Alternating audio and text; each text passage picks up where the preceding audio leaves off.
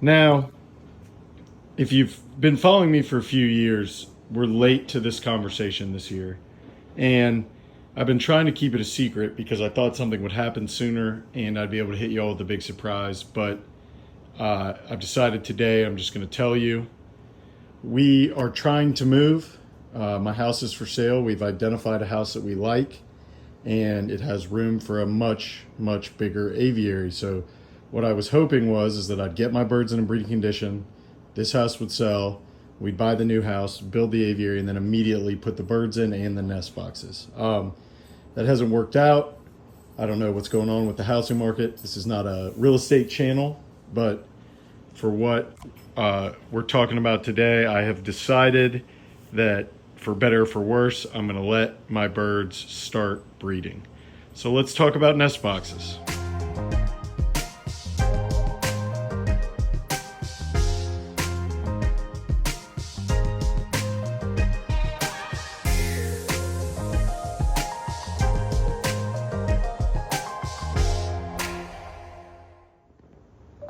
Before we talk about nest boxes, let's talk about New Zealand and the Bird Brains perch box. So in here, you can get a bunch of cool stuff for your bird, and this packaging itself is great nesting material, which we'll talk about here in a minute.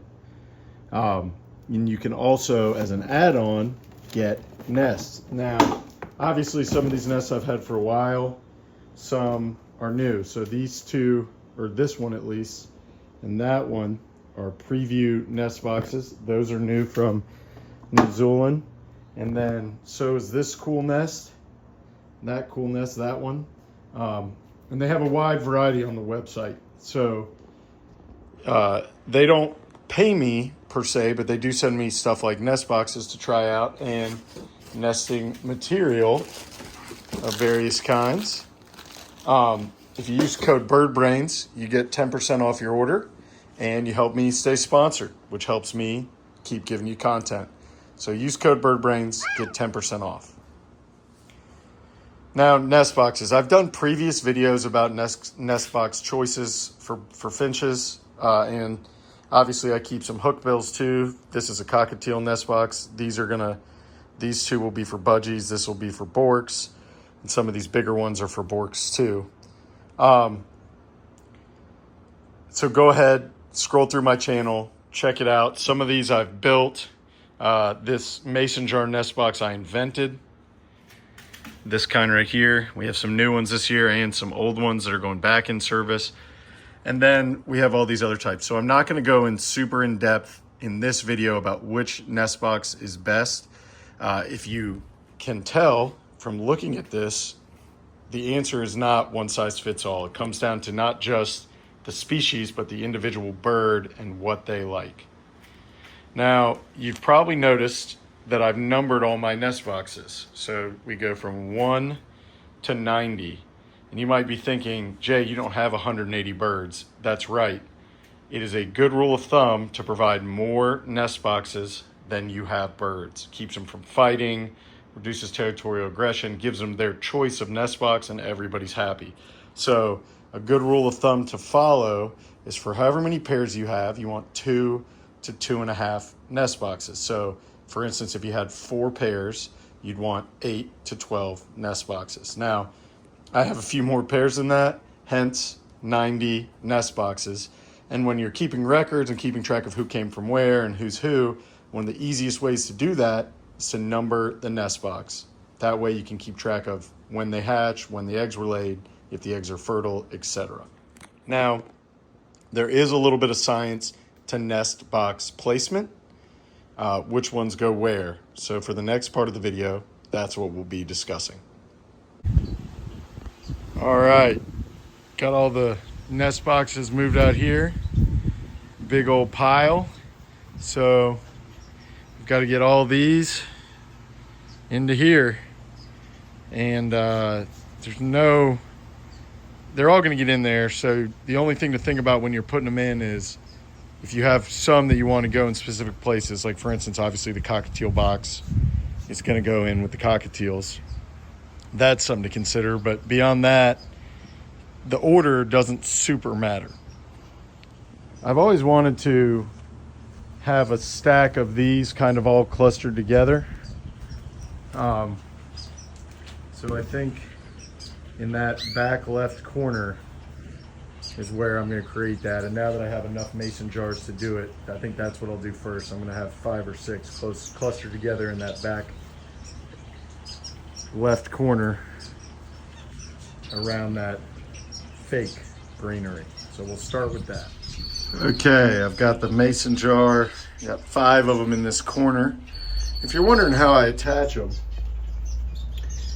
just one screw in the back, and then there's a vent hole in the top and some vent holes in the bottom to keep it from getting too muggy in there, too wet. But I think that's a pretty cool stack. And what I'm kind of hoping is some of these birds, like maybe some of the Africans or the masked grass finches or the shaft tails, might all set up a colony in there. I don't know if it'll work, but I just think it looks cool. So I've started to mount some of the other nest boxes here. And so this middle height, it's about, I'm 6'1", it's about face level with me. The cage is, the aviary is a little over 7 foot. The main thing I'm trying to do is not have the same nest close to each other. So for instance, this is a round opening plastic, that's a round opening plastic, so I'm not gonna put those right next to each other. What I'm trying to do is reduce nest competition. Now, you typically have 3 locations that birds like to nest. This kind of mid-level, or there's a lower level. So like I'll put one under here.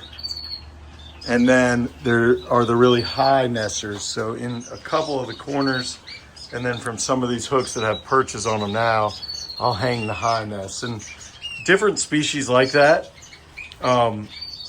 You know, doves tend to like to go high.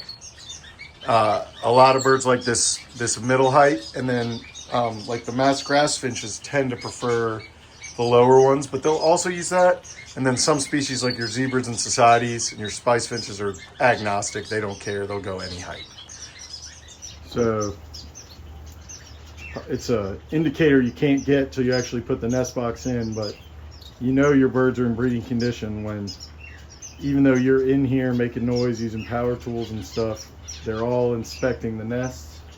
So I do still use, I know Chris doesn't like them, but I do still use some of these woven nests. And the way I mount them, they have these hooks on the back, is I just put 2 staples from my staple gun and just slide them on. And the reason I do that, instead of just screwing them on like everything else, so to clean out these, you just open the top and you can scoop it out and you can keep it clean during the season. These, you can't really do that, so it's useful to be able to lift them out, dump them out, that kind of thing. Got a lot of nest box inspecting happening already. Awesome stuff. All right, I'm getting more of the nest boxes in, and this is another little tip. They, especially some of your African waxbills and stuff, they like that like nook and cranny. So, you know, this is underneath, there's some foliage, and it's, the access isn't from the front, it's from the side. We've got some low nests going on under here. This nest is always very popular. And then, like I said, another, you know, nook and cranny there. Got some of the hanging nests. I think this nest looks really cool. And some of these are regular box nests that I glued pipes on. The Gouldians sometimes like those. So I've got a few like that. And then some of these, you know, I bought this, I think at Hobby Lobby, and just spray painted it and put the hook on. So we're making some good progress. Okay, we've still got birds trying out nest boxes, but I've got them all in. And a couple things, like I said, I mean, I've got almost as many nest boxes or nests as I have birds in here, which is a good thing. This will help keep them from fighting, let them be comfortable, let them have the choice of the nest box that they actually want. And then the other thing I wanted to highlight is all along the bottom here, I have these little small nest boxes or woven nests. And those aren't typically good for breeding, but what they are good for is new fledglings that maybe aren't great at flying and can't get back up. You know, let's say they fledge out of that nest way up, 5-some feet in the air, and they can't get back there. A lot of times a whole clutch, like a bunch of little babies, will fly in one of these at night and help stay warm. So that's a helpful little hint. Now let's talk nesting material. Okay, nesting material. I think a lot of people overthink this or do kind of crazy stuff. So first of all, this part's easy. I've got that palm plane out there and the birds make their own. So for the last couple weeks, I've been just saving it. And then I've got feathers. I just get arts and crafts feathers off Instagram. Some species will use it as like a door flap. Some species will line the top of the nest with it to make it softer for the chicks and the eggs. Then I've got this crinkly paper that comes in a lot of shipping stuff. Some of it's colored from New Zealand, some of it's brown from another package. And the last thing I use is just, I buy burlap in sheets from like an arts and crafts store like Hobby Lobby or whatever. And then I just cut it into squares that are about this long and pull it apart into individual strands. What's great about this, the paper isn't perfect for this, but the other things tend not to stay wet if they get wet. And then none of these things can wrap around a bird's leg. And then I also like coconut fiber, which I have from New Zealand. And I just forgot to get some of that, so I'll go get some in a minute. But I just leave it. And they have little holders, like if you're breeding in a cage, you can put it in a holder. But in this case, I just leave it out here. Just kind of shake it loose. And, I'm putting this out at like 1 in the afternoon. And it will all be, tomorrow I'll come out here and there'll be hardly any left. So they will get right after it and start building nests. And in my next video, if I had to guess, you'll have nests with, built all the way to the top of some of these nest boxes, and you'll have eggs to look at. So that is a brief explanation of nest boxes for their placement, nesting material, and kind of an educational fun way of telling you that my nest boxes are in. So if we do get an offer on the house, we'll have to maybe adjust the closing date or something so that I'm not having to move chicks, because that's almost impossible to do. But if I time this right, hopefully I'll have all the first clutch will have fledged and we'll be able to make something happen. So there you have it, nest boxes and nesting material. Thanks, flock, for following along with me, and we'll catch you in the next one.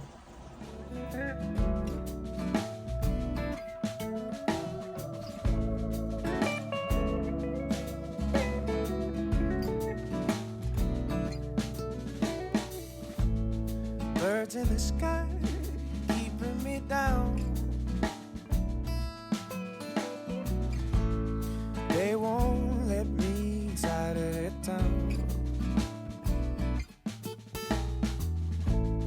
How I wish I could be one of them. How I wish I could be